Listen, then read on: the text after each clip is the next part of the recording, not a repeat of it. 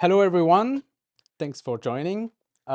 It's my very first talk, so I'm not fluent in English, so maybe I'll sometimes try to find my words, but let's begin.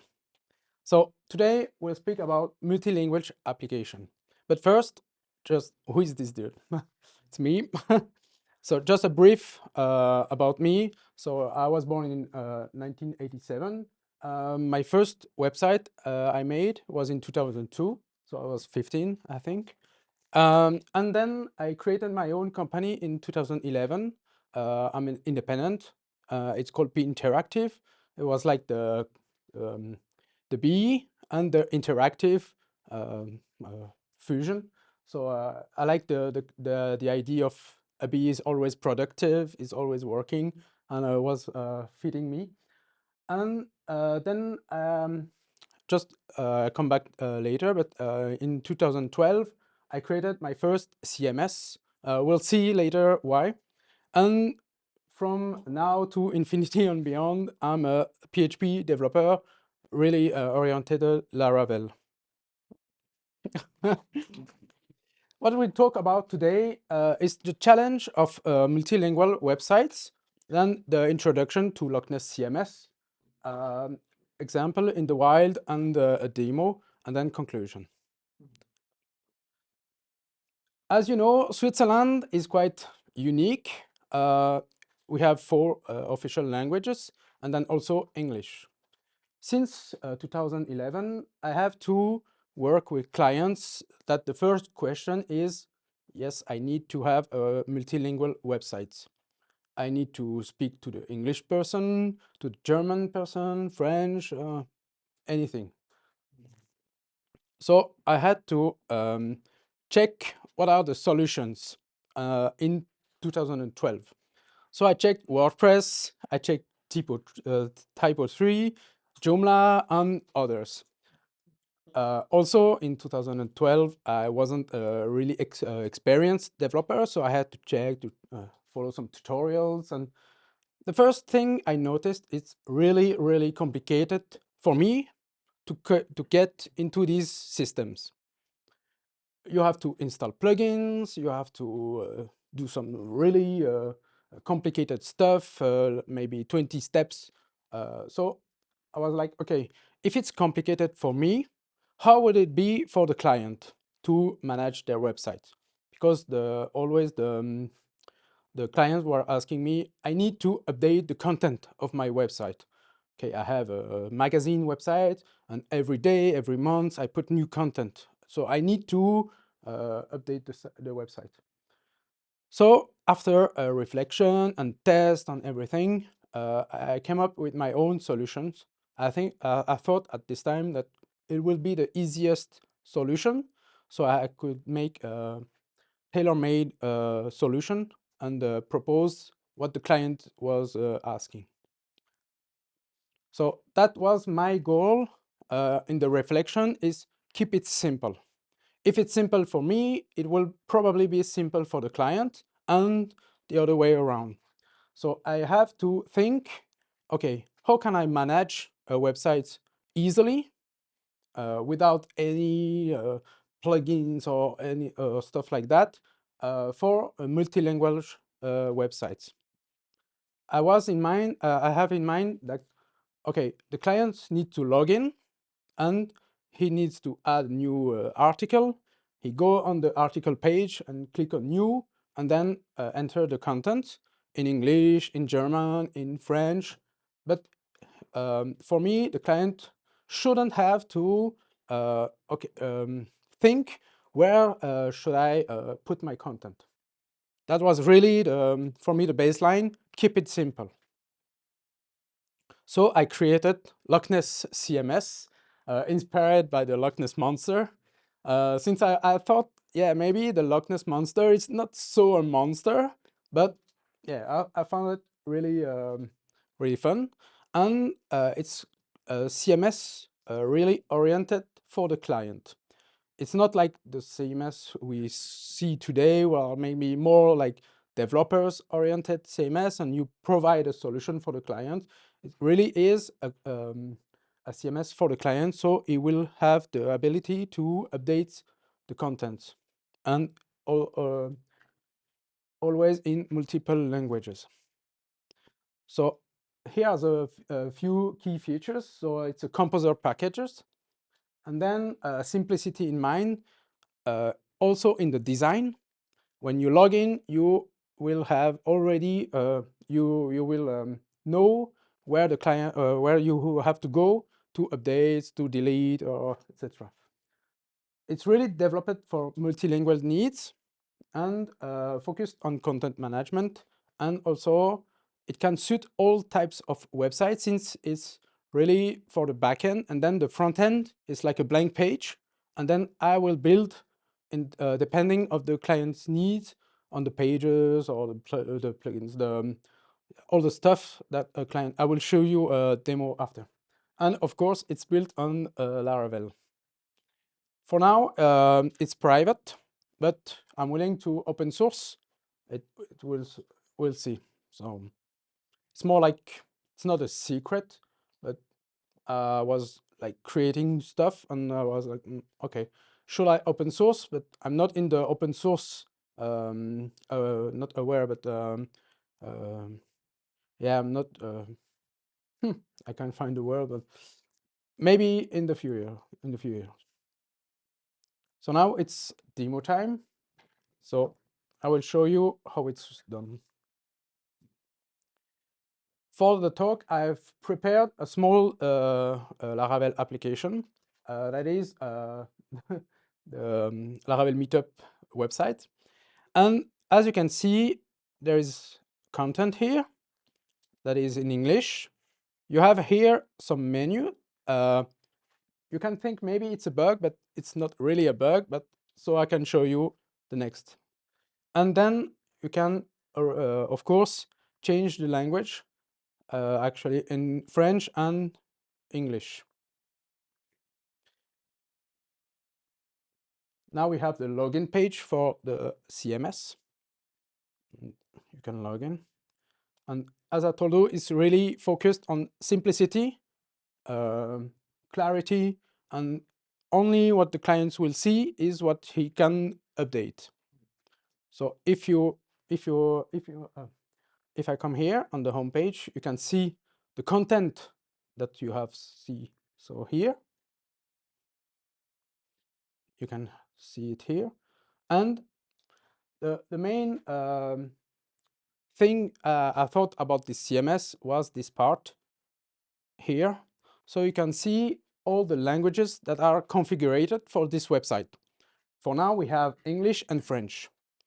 And I was imagining this kind of solution. So here you have the English, and if you want to edit the French content, you come here, and it's the same layout, but for the French language. As you can see here, it's translated in French. You can edit, you can do whatever you want. Here, if you want to like stylize or anything, it's like traditional content editing, nothing fancy here. One thing you have to think when you want to do a multilingual website is you can translate the content that you give to the client. He will update the title, the content, etc. But here you have the menu items, but the menu also needs to be translated if you want to really cover the whole website. So I have imagined a solution so the client can also edit this kind of part. It's more like I said, I like to say, it's more like static stuff. Like the menu, you also have here the buttons labels and the links, anything. So here in the CMS, when you are on the dashboard, you have this button for the languages and the translations. When you are on, you can see which languages are active and also edit the static elements of the website. So if you come here, you can see there is already a lot of stuff for the errors page, like 444, etc. And as you can see, there is missing some translations. I have here a button that is not translated, by the way, yeah, to reload, so I can scan the whole front page, the front end, I mean, and you can see if I click, now the translation have been synchronized, and there's new stuff coming here.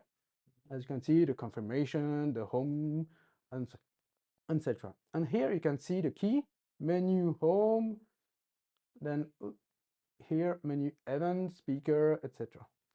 So the user, the client will be, or the user will be able to edit each languages for the static elements. For example, here we are on the event menu. So in English, the event, and in French, here. And then you can say.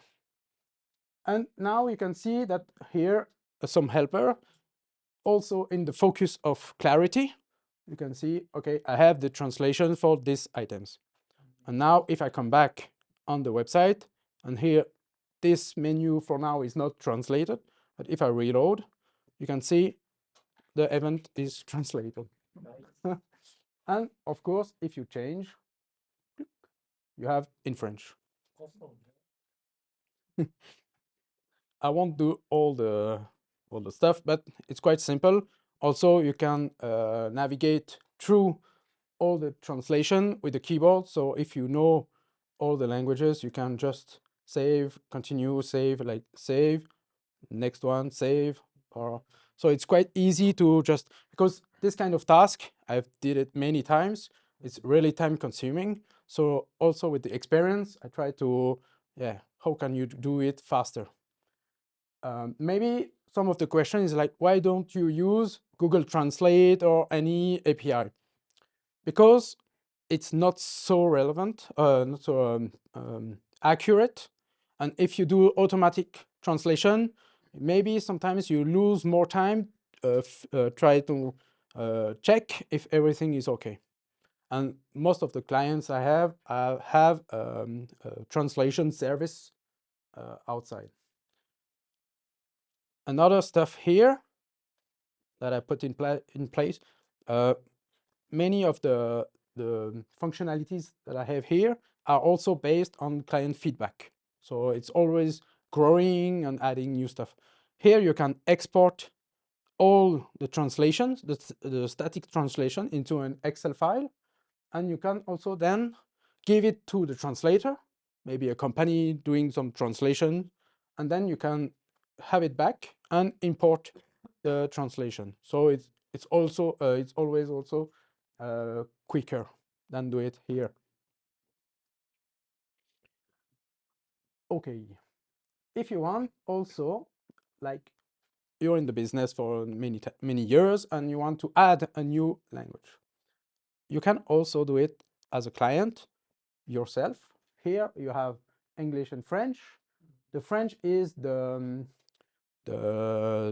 basic, the default language, so you cannot delete, otherwise the website will crash. But you can add like Italian. I knew it. And already you have added the language. And now if I come here, you can see you can have Italian. And of course, when you come back here and you want to edit the translation, of course, the translations for Italian are missing. So you have to edit them and add the Italian. And of course, when you come back to the home page and you want to edit, you have now Italian also available, and you have to update all the stuff. Awesome. That's the solution I came up after the years and reflections and everything. And since now it's really working well. It's really oriented client specific, and I think it do the job really well. I have some example also in the wild. That's a website I made for a client that is selling some watches. Uh, I wanted to point out with these examples that when you translate a website, it's about the content, like here, this one, specification, like that's really the content.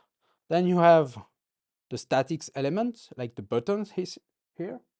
And also a part maybe sometimes forgotten is like the URL, because you have sometimes you share the links and people in French or in English won't be able, or they don't know how to write it in English. Or so when I create a new resource here, for example, in the CMS, it will all um, translate, put this title into a slug, and will also have for each language. As you can see here, it's in French for now. So the watches, collections, and etc. And if I change in English, everything is translated. You have the watches and the collections and all this stuff. So that's also a very, really important stuff to keep in mind when you do translations for your website. It's details, but I think the devil is hiding in details. I have another example here. That's a magazine for mountains and luxury. And also you can see this website is translated in 3 languages. And if you change, nothing here has really changed, but here in the URL, you have the title, you have the slug in English, and then here, eyes to the skies. And if you want to go in German, look,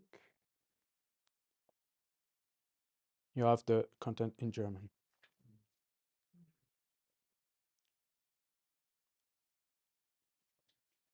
Okay.